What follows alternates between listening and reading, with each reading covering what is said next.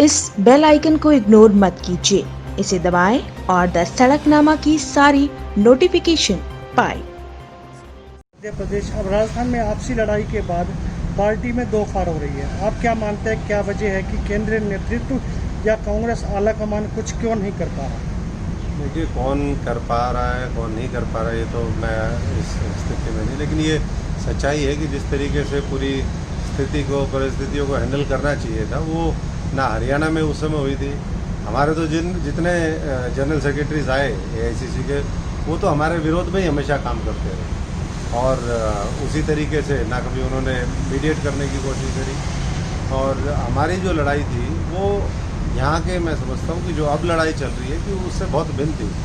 हमारी लड़ाई में सीधे सीधे ये न्याय की लड़ाई थी। हमारा तो जितनी मेहनत हमारे साथियों ने की, हमने तो कहा था कि उनका केवल ध्यान रखा जाए।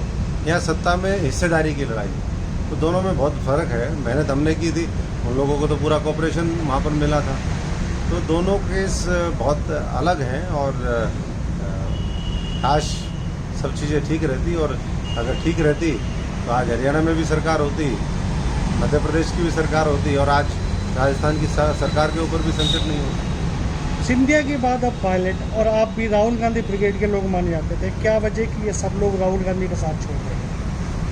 देखिए, हमारे साथ तो जिस तरीके का व्यवहार किया गया था, जुल्म जाति जिस तरीके, कभी कांग्रेस की रैली में आपने 4-4 घंटे कुर्सियाँ, बोतले, तमाम उस तरीके की जूते चप्पल चलते हुए कभी देखे थे क्या? एक ही रैली, और जिन लोग जो उसको करने वाले उनको कभी कुछ कहा नहीं गया। दो बार वहाँ पर रामलीला मैदान में जो दृश्य देखे गए, व्यक्तिगत तौर पर हमारे ऊपर अटैक हुआ। इन लोगों को तो पूरा कॉपरेशन मिला सब लोगों का, तो दोनों बहुत भिन्न वो हैं। लेकिन ये जो आज कर रहे हैं, ये अगर इन्होंने उसी समय तुरंत विधानसभा के चुनाव के बाद दोनों नेताओं ने किया होता तो बहुत से दूसरे प्रदेशों में लोगों की राजनीतिक हत्याएं बच जाती। तो बहुत देर करी है, लेकिन कहते हैं कि बेटर लेट देन नेवर।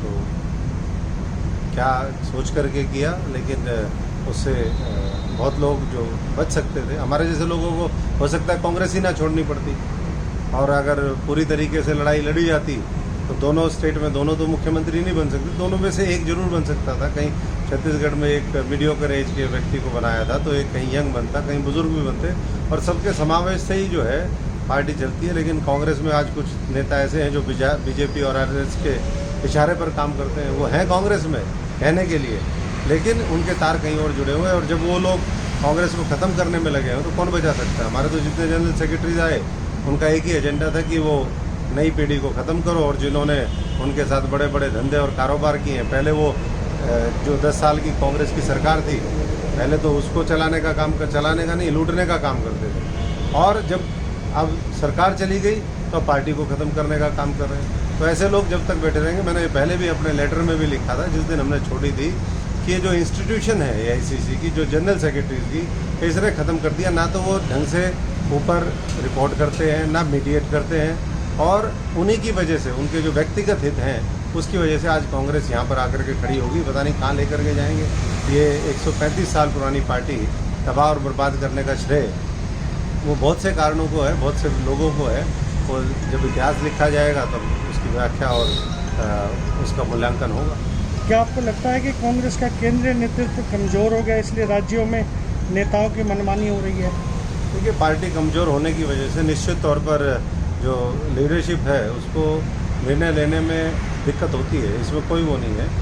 और लेकिन पार्टी मजबूत करने की जिम्मेदारी जिन लोगों को दी गई, जिन्होंने उसको मजबूत किया, उनकी एंड टाइम पर जिस तरीके से अनदेखी हो जाती है, या जो लोग मौज मस्ती करते रहे 5-5 साल, समय पर उनको आकर के कुर्सी पे बिठा दिया जाता है। तो बहुत सी चीज़ें हैं, ये कब मामला थमेगा ये तो पता नहीं, लेकिन हम तो यही शुभकामनाएं दे सकते हैं। जो लोग सच्चाई की लड़ाई लड़ते हैं, न्याय की लड़ाई लड़ते हैं, उनको ऊपर वाला भी शक्ति दे, और वो भी पूरी शक्ति के साथ। ये नहीं कि भाई 2-2, 3-3 साल बीत जाते हैं उसके बाद याद आता है। अरे समय पर डिसीजन लो, जिस तरीके से हमने लिया, समय पर डिसीजन लो। कांग्रेस को अगर इतना बचाना चाहते हैं या उन ताकतों के खिलाफ लड़ाई लड़ना चाहते हैं, तो निर्णय और निर्णायक लड़ाई लड़ने की जरूरत है। अशोक गहलोत का आरोप है कि बीजेपी खरीद फरोख्त कर रही थी एमएलए की। तो इसमें तो कोई नई बात है ही नहीं ना। बीजेपी खरीद फरोख्त कर रही है। कोई कांग्रेस के लोग, ये जो बहुत से लोग हैं, वो भी कोई कम नहीं है जब उनका दाव लगता है। और इसीलिए हमने कहा कि पूरे देश के अंदर और अलग अलग प्रदेशों के अंदर विकल्प की ज़रूरत है। हम हरियाणा में अपना विकल्प तैयार करेंगे आने वाले समय में, और इसी तरीके से दूसरे प्रदेशों में जहाँ जहाँ एस्टेब्लिश लीडरशिप होगी, जिनका लोगों का जिनके ऊपर विश्वास होगा, वहाँ नतीजे कुछ और होंगे। हरियाणा के पूर्व मंत्री कैप्टन अजय यादव ने भी आज एक ट्वीट किया है कि हाँ, मैं मानता हूँ कि पार्टी में नहीं सुनी जाती, लेकिन पार्टी छोड़ना कोई विकल्प नहीं है। इसका मतलब ये कांग्रेस में सभी के साथ हो रहा है। देखिए, मैं तो 5 साल का इतना बता सकता हूँ, कांग्रेस में बहुत से लोग ऐसे थे जो या तो उनको निकालने की तैयारियाँ थी, या बहुत से ऐसे लोग थे जो निकलने की तैयारी में थे खुद, और कुछ ऐसे लोग थे जो बार बार धमकी देते रहते थे। तो उनकी तो हिम्मत पड़ी नहीं। हमने कहा कि हम जो अन्याय हुआ है उसके खिलाफ मजबूती से लड़ाई लड़ेंगे, और हमने वो लड़ाई लड़ी और आगे भी लड़ते रहेंगे। क्या लगता है अब राजस्थान में कांग्रेस की सरकार बच पाएगी या? देखिए, ये तो अब कहना मुश्किल है, क्योंकि मैं तो अब लिस्ट बॉदर्ड हूँ इस पूरे उसमें। एक कहावत है पुराने समय में, कोई नरक होए हमें कहा है। हमारा राजस्थान में कौन होगा, क्या होगा, कुछ हो, जहाँ लोगों की, गरीब लोगों की मजदूरी मार ली जाती हो, जो लोग काम करने वाले, जो साधारण गैर राजनीतिक पारिवारिक पृष्ठभूमि के लोग हैं, जो बहुत उम्मीद के साथ, आशा के साथ राजनीति में लोकतंत्र को मजबूत करने के लिए एक विचारधारा और सिद्धांतों की लड़ाई लेकर के निकलते हैं, उनको जब ठगा महसूस होता है। हमने तो पूरे देश के अंदर उनकी लड़ाई लड़नी है। तो कौन बनेगा, कौन बचेगा, ये तो फैसला वहाँ के विधायक करेंगे, लेकिन जो होगा बड़ा रोचक होगा।